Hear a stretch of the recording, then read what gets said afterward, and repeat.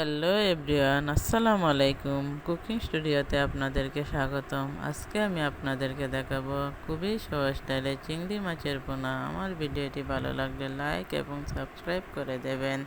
এখন আমি half KG চিংড়ি মাছ নিয়ে নেব। এবার মশলা রেডি করে নেব। হাফ চামচ মরিচের গুঁড়া, হাফ চামচ হলুদের গুঁড়া, 1 চামচ ধনিয়া গুঁড়া, হাফ চামচ জিরা গুঁড়া, হাফ চামচ আদা বাটা, 2 চামচ পেঁয়াজ বাটা, স্বাদ মতো লবণ আপনারা বাড়িয়ে কমিয়ে নিতে পারেন। এখন আমি একটি ফ্রাই প্যান বসিয়ে নেব। ফ্রাই প্যানে পরিমাণ মতো তেল ঢেলে দেব।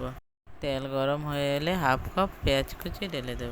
হালকা মিডিয়াম আছে নেড়ে চেড়ে হালকা ব্রাউন করে নেব।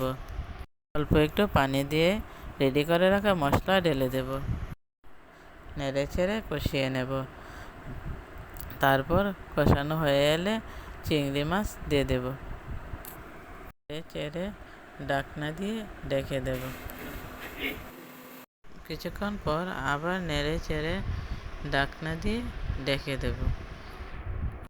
কষানো হয়ে গিয়েছে, অল্প একটু পানি দিয়ে দেব। আবার কাঁচামরিচ কুচি দিয়ে দেব। ঢাকনা দিয়ে ঢেকে দেব। মিডিয়াম আঁচে রান্না করে নেব। হয়ে গেল আমার চিংড়ি মাছের বোনা। আমার ভিডিওটি ভালো লাগলে আমার জন্য দোয়া করবেন।